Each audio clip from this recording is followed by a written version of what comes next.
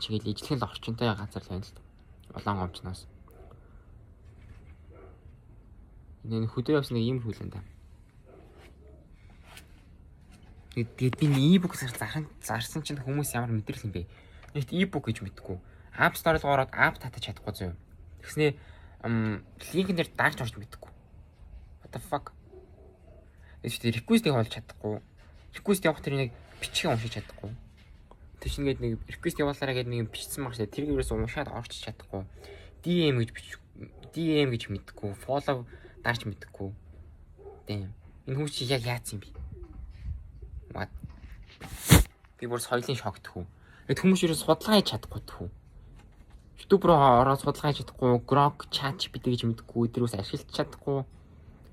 Арай л байна энэ Instagram. Нэг төөгөн энэ Instagram дээр e-com гэж бол битүү ботлортой хайрцна гэдгийг надад одоо л ойлгож байна.